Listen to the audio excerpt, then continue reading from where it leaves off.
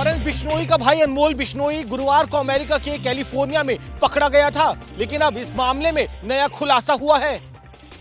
दरअसल अनमोल बिश्नोई को भारत से जुड़े किसी मामले में गिरफ्तार नहीं किया गया था, बल्कि उसकी गिरफ्तारी के पीछे अमेरिका का ही कोई स्थानीय कारण है। सूत्र बता रहे हैं कि अनमोल बिश्नोई के पास से जो दस्तावेज मिले हैं उसमें कुछ कमी है, जिसके चलते उसकी गिरफ्तारी हुई। बाबा सिद्दीकी हत्याकांड और सलमान खान के घर के बाहर फायरिंग के मामले में एनआईए को अनमोल बिश्नोई की तलाश है। जांच एजेंसी ने अनमोल बिश्नोई की सूचना देने वाले पर 10 लाख रुपए का इनाम भी रखा था। सूत्रों के मुताबिक अनमोल को लेकर फिलहाल भारतीय जांच एजेंसियां अमेरिकी एजेंसियों के संपर्क में हैं और इस बात की संभावनाएं तलाशी जा रही है कि अनमोल बिश्नोई को भारत कैसे लाया जाए। यूक्रेन ने रूस पर किया पहली बार अमेरिकी मिसाइलों से हमला। लॉन्ग रेंज की बैलिस्टिक मिसाइलों का किया इस्तेमाल। ये हमला ऐसे वक्त में किया गया जब कुछ ही वक्त पहले रूस ने अमेरिका को चेतावनी देते हुए कहा था कि अगर यूक्रेन ने लॉन्ग रेंज की मिसाइलों का इस्तेमाल किया तो ये माना जाएगा कि रूस के खिलाफ युद्धों में अमेरिका की सीधी भागीदारी है। खास बात तो ये है कि लॉन्ग रेंज की ये बैलिस्टिक मिसाइलें अमेरिका ने ही यूक्रेन को दी थी और मीडिया रिपोर्ट्स बताती हैं कि बाइडेन ने यूक्रेन को रूस के खिलाफ इन मिसाइलों के इस्तेमाल की छूट दी थी। यूक्रेन के इस हमले के बाद अमेरिका और रूस के बीच में तनातनी बढ़ गई है और उम्मीद की जा रही है कि आने वाले दिनों में ये विवाद और ज्यादा गहरा सकता है। रूस के राष्ट्रपति व्लादिमीर पुतिन जल्द भारत का दौरा कर सकते हैं। पुतिन के प्रेस सेक्रेटरी ने एबीपी न्यूज से बातचीत में इस बात की पुष्टि की है।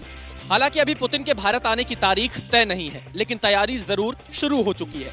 पुतिन के प्रेस सेक्रेटरी दिमित्री पेस्कोव ने एबीपी न्यूज से बातचीत में बताया कि मोदी और पुतिन के रिश्ते बहुत अच्छे हैं। इसी वजह से दोनों देशों के रिश्तों में मजबूती लगातार आ रही है। साथ ही दोनों देशों के बीच व्यापार भी लगातार बढ़ रहा है। पुतिन के प्रेस सेक्रेटरी दिमित्री पेस्कोव ने यह भी कहा कि प्रधानमंत्री नरेंद्र मोदी के रूस के साथ साथ यूक्रेन से भी अच्छे संबंध हैं और रूस यूक्रेन युद्ध के समाधान के मुद्दे पर जो देश शांति का रास्ता दिखाता है, रूस उसके साथ रहता है।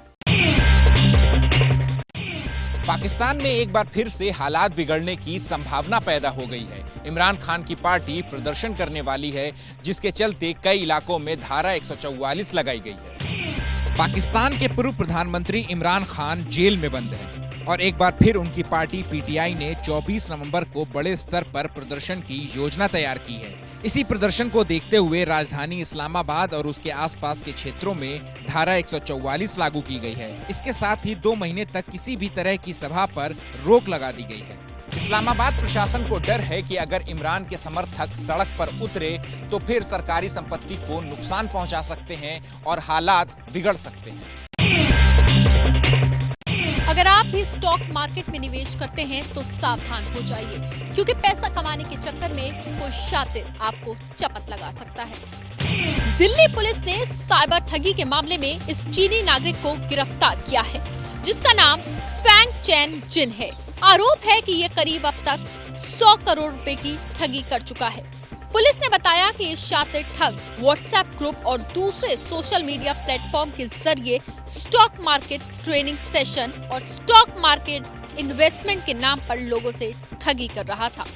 कुछ दिन पहले ही पुलिस को शिकायत मिली थी, जिसमें स्टॉक मार्केट में पैसे लगाने के नाम पर भारी रकम ट्रांसफर करवाई गई और बाद में पता चला कि उसके साथ धोखाधड़ी हो गई है।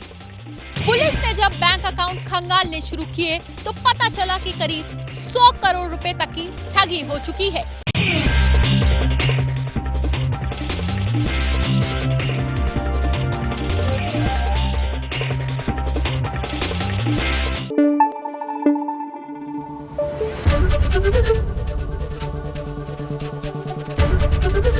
एबीपी न्यूज आपको रखे आगे।